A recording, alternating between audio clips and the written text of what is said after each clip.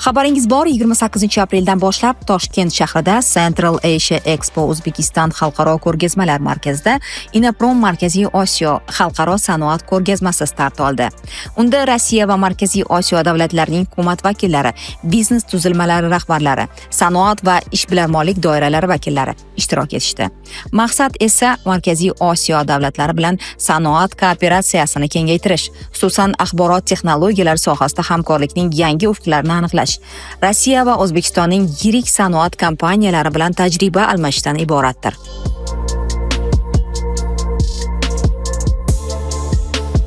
Сегодня в Ташкенте на международной выставке Инопром компания Unicomsoft представляет решение в области цифровизации. Наша цель – обменяться опытом с крупными компаниями России и Центральной Азии и найти решение о сотрудничестве в сфере информационных технологий.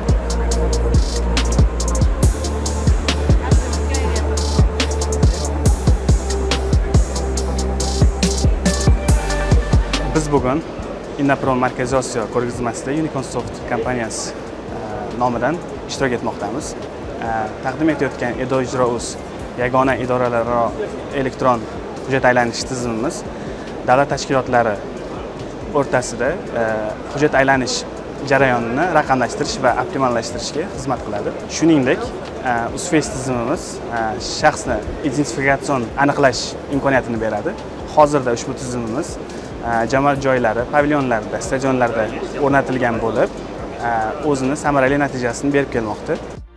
Eslatib o'tamiz, ushbu ko'rgazma shahrimizda 30 aprelga qadar davom etadi.